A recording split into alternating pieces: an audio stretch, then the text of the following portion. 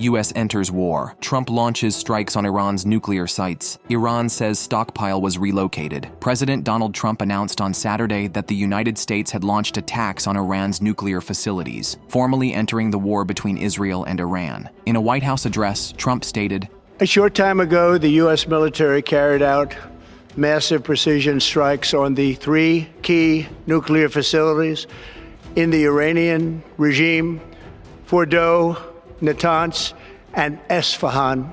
U.S. Navy submarines also launched more than 30 Tomahawk missiles into Iran, two defense officials told NBC News. The full extent of the damage is unclear late Saturday, and it's unknown whether American forces remain active on the ground. The strikes represent a significant escalation and a sharp departure from Trump's statement just 48 hours earlier, when he said the U.S. would wait 2 weeks to see if diplomacy could resolve the conflict. That diplomatic path may now be closed. Iranian Ayatollah Ali Khamenei said recently that any American military entry will undoubtedly be met with irreparable damage. Iran's Mehr news agency reported that the country evacuated personnel and relocated nuclear stockpiles from the 3 nuclear sites the U.S. claimed to have struck some time ago, moving them to secure locations in advance.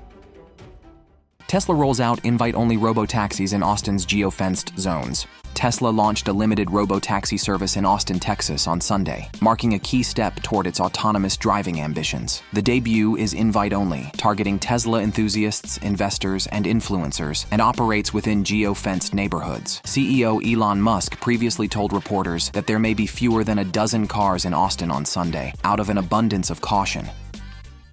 Apple's Perplexity interest could shake up Google's search deal. Apple has held internal discussions about acquiring AI search startup Perplexity AI, Bloomberg reported, just hours after news that Meta also explored a potential deal. Apple's head of M&A, Adrian Perica, has reportedly discussed the idea with SVP of Services Eddie Q and other AI officials. The talks are in early stages and may not result in a formal bid. If pursued, the acquisition could support Apple's development of an AI-powered search engine, potentially replacing or reducing reliance on its current deal with Google, which faces antitrust scrutiny. U.S. to revoke chip waivers as China's magnet exports hit 5-year low. China's exports of rare earth permanent magnets fell to 1,238 metric tons in May, plunging 52.9% from April and marking the lowest level since February 2020. This follows a sharp drop in April, and May's exports were down 74% year-over-year. With China supplying about 90% of the world's rare earth magnets, the decline poses significant risks to global supply chains. From January to May, total exports reached 19,132 tons, down 14.5% year-over-year. Meanwhile, the U.S. is planning to revoke waivers that allow allied chipmakers like Samsung, SK Hynix, and TSMC to export U.S. chip-making tools to their Chinese factories without individual licenses. According to White House officials, this move is not meant to be a new trade escalation, but is intended to align licensing requirements for chip equipment with China's system for rare earth materials. Nvidia, Foxconn, and SoftBank drive US AI boom, with humanoid robots and $1 trillion AI and robotics hub pitch. Nvidia and Foxconn are planning to deploy humanoid robots at Foxconn's new Houston AI server plant, which will begin producing Nvidia's GB300 servers in Q1 2026. While their specific tasks remain unclear, a May company presentation noted the robots are being trained to pick and place things, insert cables, and carry out assembly work. At the same time, SoftBank founder Masayoshi Son has proposed building a $1 trillion AI and robotics hub in Arizona in collaboration with Taiwan's semiconductor manufacturing company, according to Bloomberg. Inspired by China's Shenzhen, Son's vision is to create a sprawling high-tech industrial complex focused on manufacturing AI-powered robots, signaling a strategic shift toward long-term growth in US-based innovation and production. Centrus Secures Department of Energy extension to boost HALEU production through 2026. Centrus Energy closed over 5% higher on Friday after saying the U.S. Department of Energy exercised an option to extend its contract for producing high-assay, low-enriched uranium, HALEU, through June 30th, 2026. The one-year extension, valued at approximately $110 million, continues a partnership which started in 2019 aimed at restoring U.S. uranium enrichment capabilities and HALEU supply. The DOE has options to extend production for up to 8 more years. Centrus completed Phase 1 of a 3-phase contract in late 2023 by enriching and delivering 20 kilograms of halo and is currently in Phase 2, producing an additional 900 kilograms through June 30, 2025 for the Department of Energy's use. A recent contract amendment split the first 3-year extension into a 1-year option, now exercised, and a 2-year option, kicking off Phase 3 for further haleo production. Both Israel and Iran accept ceasefire proposed by Trump. Iran fired missiles at a U.S. base in Al Udeid, Qatar, in response to earlier U.S. strikes on Iranian nuclear facilities at Fordo, Natanz, and Isfahan. Qatar's air defenses intercepted the attack. President Donald Trump said the missile strike on an American base in Qatar was Iran's official response to U.S. strikes on Iranian military sites over the weekend, and that Iran has gotten it all out of their system. Trump added, "I want to thank Iran for giving us early notice, which made it possible for no lives to be lost and nobody to be injured," signaling that the attacks were symbolic and were not intended to cause real damage. Trump later stated that Israel and Iran had agreed to a tentative ceasefire set to begin around midnight, Washington time. Israel and Iran on Tuesday accepted the ceasefire plan proposed by the U.S. President Donald Trump. Hims and hers dropped by Novo amid patient safety and compliance fears. Novo Nordisk has terminated its partnership with Hims and Hers Health, citing non-compliance with legal regulations around the compounded sale of semaglutide, the active ingredient in Wegovy. The company raised concerns about patient safety, accusing Hims and Hers of selling compounded drugs under the misleading notion of personalization. Novo also said an investigation found counterfeit semaglutide being distributed by telehealth providers and compounding pharmacies with active ingredients from unapproved foreign suppliers in China. Citing a Brookings Institute report, the company added that the FDA has never approved the manufacturing or quality of semaglutide made by these suppliers. New York to build first U.S. nuclear plant in a generation, Hochul tells Wall Street Journal. New York Governor Kathy Hochul told the Wall Street Journal that the state will build a new nuclear power plant, marking one of the first major U.S. nuclear projects in over 15 years. Hochul has directed the New York Power Authority, NYPA, to add at least 1 gigawatt of nuclear capacity to the state's aging fleet. The utility may pursue the project alone or in partnership with private entities, Hochul said, adding the site will be in upstate New York, and options include either a large reactor or multiple smaller ones. NYPA is evaluating existing nuclear plant locations, including sites of the state's 3 currently operating reactors, all owned or majority owned by Constellation Energy. Only 5 new commercial reactors have launched in the U.S. since 1991, not enough to replace retiring plants.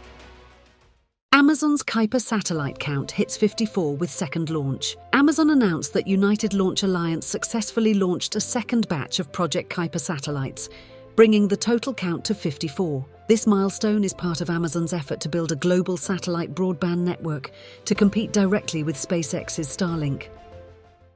T-Mobile unveils T-Satellite, free messaging from space, internet in October. T-Mobile has introduced T-Satellite, a satellite-to-mobile texting service powered by Elon Musk's Starlink, bringing coverage to over 500,000 square miles of previously unreachable US territory, leveraging the 657-plus Starlink direct-to-cell satellites that are in orbit. T-Satellite will support SMS for both Android and iOS subscribers, as well as MMS picture messaging and short audio clips for Android, with iOS support to follow. The service will launch across the US on July 23rd. Starting in October, it will begin providing internet. The service will be free for T-Mobile's Experience Beyond plan customers, while others, including AT&T and Verizon users, can access it for $10 a month. 911 texting will be available at launch. Later this year, customers with a compatible device, regardless of carrier, can also avail 911 texting via satellite, T-Mobile said. Uber accelerates in Atlanta with Waymo as Tesla robotaxi hits speed bumps. Uber Technologies gained momentum on Tuesday after expanding its partnership with Waymo to cover 65 square miles in Atlanta, from downtown to Buckhead to Capitol View, with plans to expand in the future. The service area currently excludes highways and airport trips. In both Atlanta and Austin, Waymo rides are only available via the Uber app. In contrast, riders in San Francisco and Los Angeles must use the Waymo One app. The partnership between Waymo and Uber is limited limited to passenger transport and does not include Uber Eats deliveries. Meanwhile, Tesla's competing robo-taxi launch in Austin faced scrutiny as videos showed the self-driving vehicles speeding and swerving into the wrong lane. U.S. regulators are now investigating these incidents. Traders believe Tesla's setbacks in Austin is an indication that the initiative is not a significant short-term headwind yet for Uber. Solar stocks shine as Senate eyes softer cut to rooftop tax credits. Solar stocks rallied Tuesday as hopes rose that rooftop solar tax credits may be preserved or improved in the Senate version of President Trump's tax and spending bill. Enphase Energy surged 11% and First Solar climbed 4.5%. U.S. Senator Kevin Cramer said Republicans are actively working to revise language affecting clean energy provisions, including rooftop solar, and indicated the Senate's version might be a little more generous than the House regarding these credits. Cramer also noted efforts to ease the abrupt off-ramp for the phase-out of Inflation Reduction Act tax credits included in the House bill.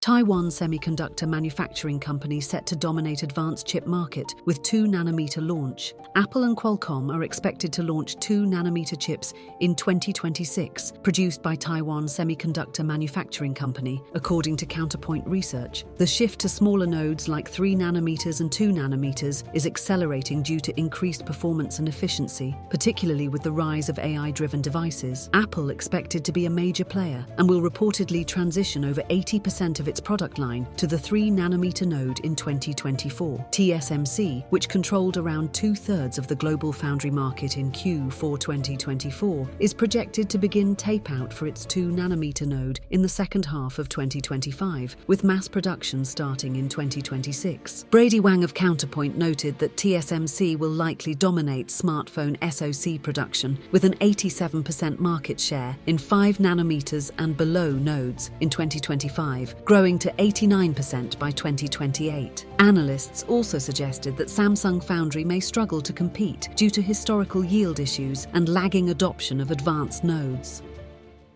QuantumScape hits milestone as Cobra separator enters baseline output. QuantumScape announced that its Cobra separator process has officially entered baseline production, marking a major milestone in its path to commercialization. The Cobra platform significantly outperforms the prior Raptor process, offering approximately 25 times improvement in heat treatment speed and requiring less physical space, making it ideal for gigafactory scale deployment. CEO Dr. Siva Sivaram said, "By significantly improving throughput and shrinking the equipment footprint, Cobra gives us a powerful path forward for commercializing our next-generation battery technology." Nextracker chosen to power Greece's largest solar project. Nextracker announced on Wednesday that it has been chosen to supply its NX Horizon solar trackers for Greece's largest solar project, the 550-megawatt Oricheo PPC Ptolemaida solar PV park in Macedonia. The project, owned by Greek utility PPC Group, is in its final construction phase. Once operational, the solar park is expected to supply 1.8% of Greece's annual electricity needs, making it one of Europe's largest solar installations.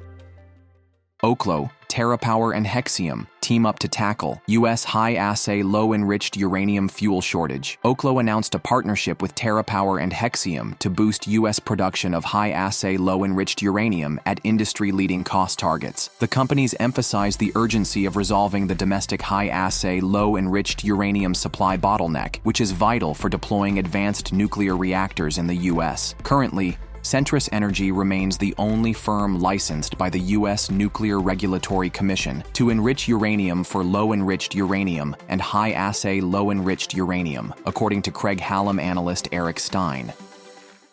Nvidia CEO Jensen Huang highlighted robotics as Nvidia's biggest growth opportunity alongside AI. Speaking at Nvidia's annual shareholder meeting, Huang said, "We have many growth opportunities across our company, with AI and robotics the two largest, representing a multi-trillion-dollar growth opportunity. We're working towards a day where there will be billions of robots, hundreds of millions of autonomous vehicles, and hundreds of thousands of robotic factories that can be powered by Nvidia technology," Huang added. Uber-backed Serve Robotics expands robot delivery fleet to Atlanta. Serve Robotics has expanded its autonomous sidewalk delivery service to Atlanta, following successful launches in Los Angeles, Miami, and Dallas-Fort Worth. The AI-powered delivery robots will operate in Midtown, the Old Fourth Ward, and downtown Atlanta as part of an ongoing collaboration with Uber Eats. The expansion is part of Serve's broader plan to deploy 2,000 robots across the U.S. by the end of 2025. Additional U.S. markets are expected to be announced in the coming months. The company, which was spun off from Uber in 2021, still counts Uber as a minority stakeholder. China stalls magnet exports despite U.S. deal. Wall Street Journal. Despite a recent pact with the U.S. to ease restrictions, China is still slow-walking export approvals for rare earth magnets, according to the Wall Street Journal. Western companies say they are receiving barely enough magnets for their factories and have little visibility into future supplies. Applications for raw rare earth materials used to make magnets are rarely granted, fueling fears that shortages could soon disrupt manufacturing. Many manufacturers now believe the new Chinese export restrictions, introduced in April after President Trump raised tariffs on China, are here to stay, despite assurances from the administration that the flow would return to normal. Salesforce, ServiceNow showcase major internal gains from AI agents. Salesforce CEO Mark Benioff revealed that AI is doing 30% to 50% of the work at Salesforce now during an interview with Bloomberg's The Circuit with Emily Chang. The company leverages AI across functions like customer service and software engineering, leading to reduced hiring needs. Similarly, competitor ServiceNow is also benefiting from AI tools. Its internal agents have boosted lead-to-sale conversion rates 16 times, cut meeting prep time by 42%, and achieved 86% task deflection in IT support.